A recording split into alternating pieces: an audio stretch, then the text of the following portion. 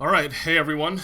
This is Phil, and I just got in the moyu RS2M, and I had a bunch of thoughts just racing through my head, so I thought I'd make this video and talk about some moyu stuff. If anyone from moyu is watching, I hope you learned something, and just keep in mind I'm trying to be helpful and entertaining, talking about business strategy. I'm not trying to cause any offense, but there's some pretty interesting stuff that I want to talk about. So let's get into it. I have two topics. The first one is the guoguan brand, and the second one is the RS brand.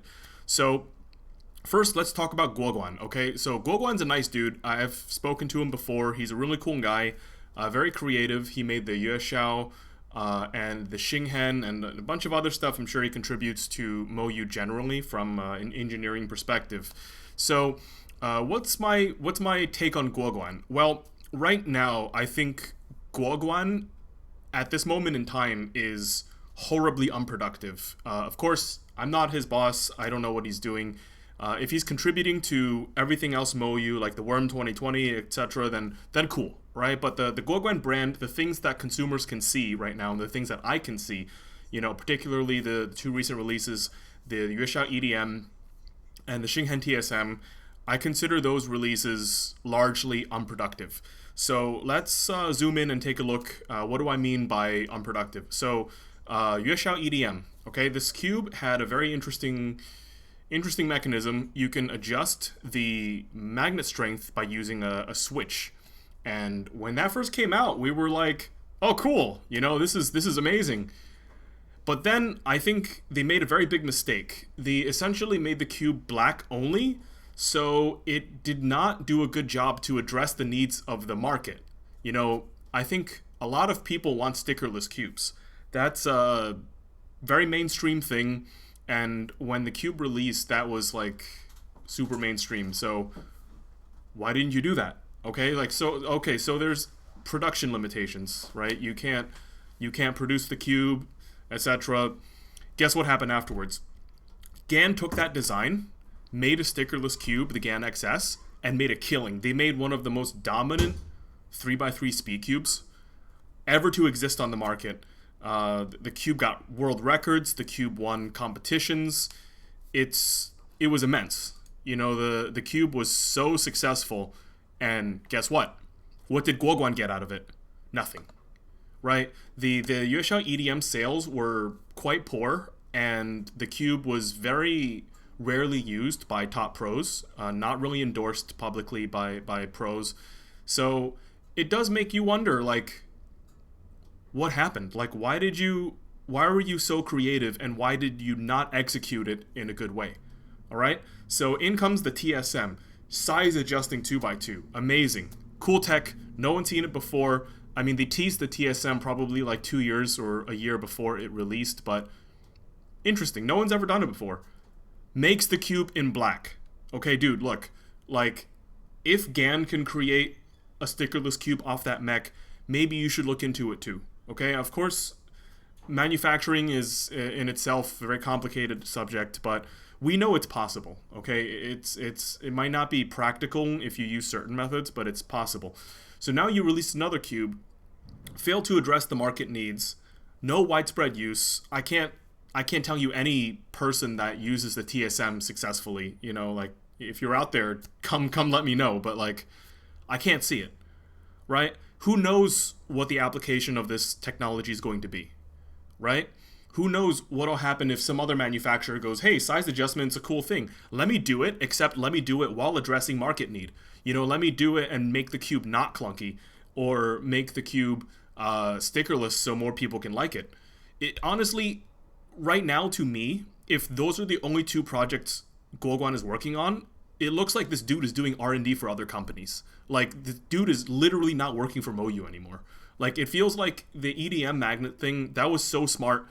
GAN takes it and just kills it. Like, they make an amazing cube, and it's like, okay, the thing that you made ended up fueling a competitor's design, and the competitor won. I hope that doesn't happen with TSM. I hope that doesn't happen with the other things Guoguan is doing, because he's genuinely a smart guy.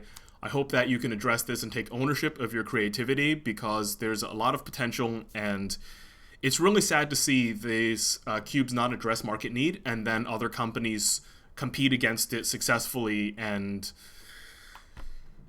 make a lot of sales and gain a lot of popularity. All right, so now there's the RS brand. So, of course, you might argue, okay, it's not a brand, but like when you see RS, RS3, RS3M 2020, it gives you a thought in your head about what a cube is and how it performs. So it is a brand, okay?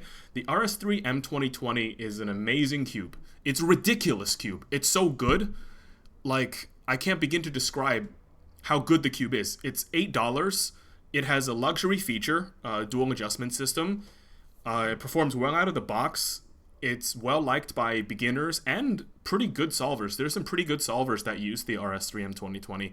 I know people who averaged 5 or 6 seconds on it, smaller averages. It's a great cube. Okay, it genuinely made other manufacturers worry. Okay, I've seen like other manufacturers be like, "Oh my God, this cube is only $8. What have I done recently to compete against this cube?" It gives these manufacturers and it gives these competitors nightmares. Okay, it's unbelievable how threatening and how powerful the RS3M 2020 is. Guess what happens next? Moyu comes out with the RS4M. And honestly, I don't think it would be unreasonable to say the cube was bad. Okay, it was heavy. It did not corner cut well, at least not reverse. It has magnets so weak they might as well not exist. And why is the cube made that way?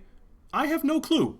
Okay, why is the cube heavier than the Meilong 4x4, and what benefits does the cube have? Like, for example, if you made the cube so heavy, what did you get out of it, right? What did you gain?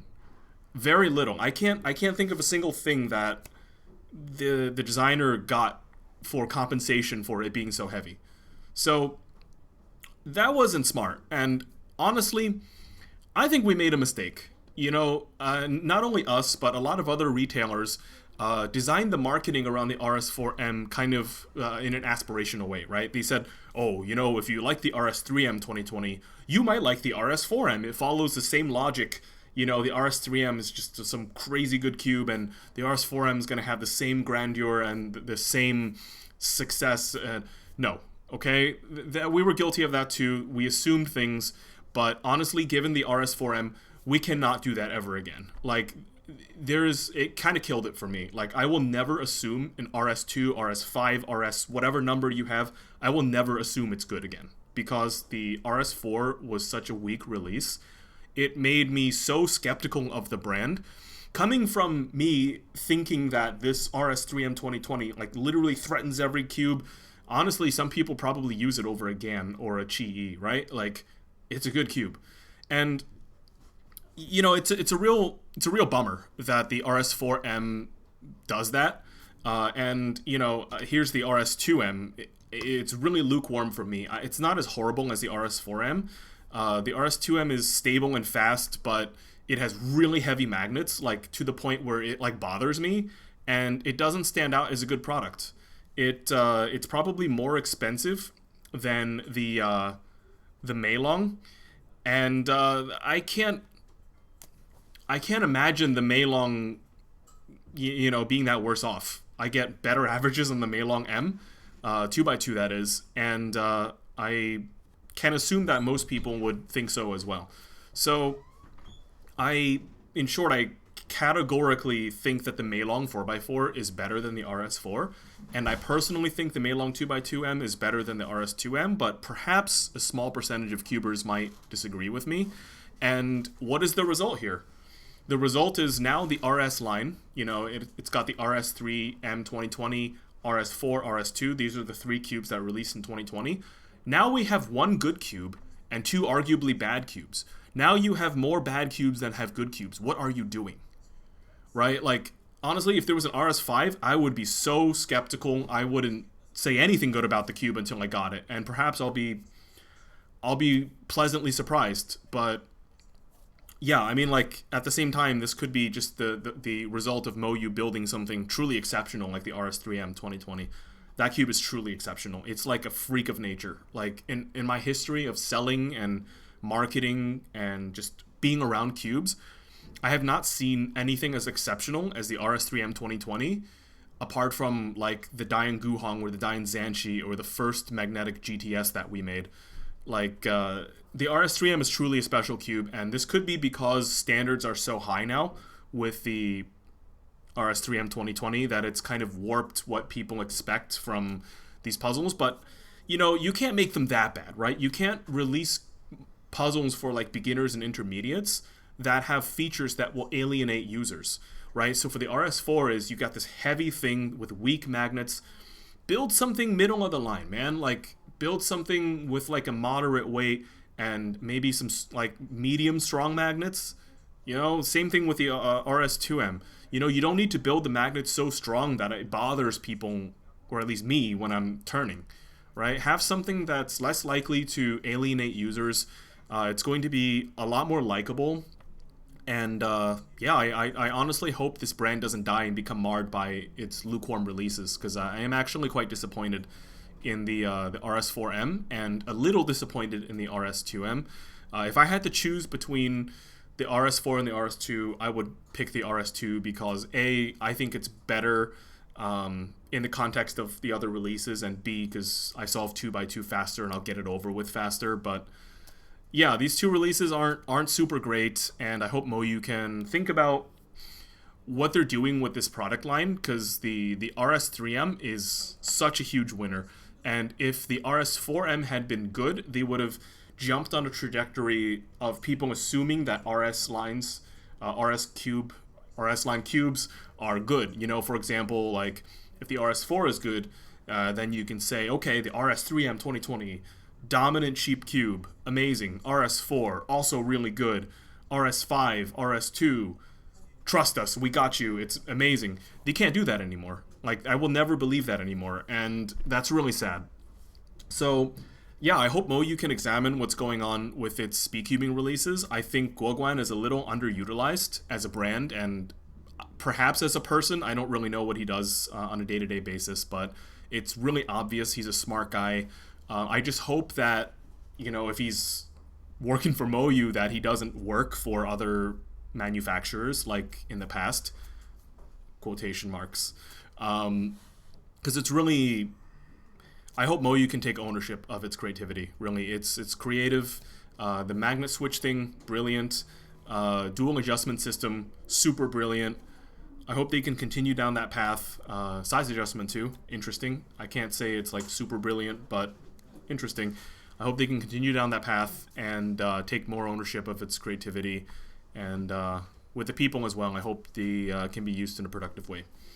All right, so if you thought this useful, if you thought this video was useful, let me know in the comments. This thing just it really bothered me today, so I thought I'd make a video. And yeah, if you agree or disagree, let me know what you think, and I'll catch you later. Thanks.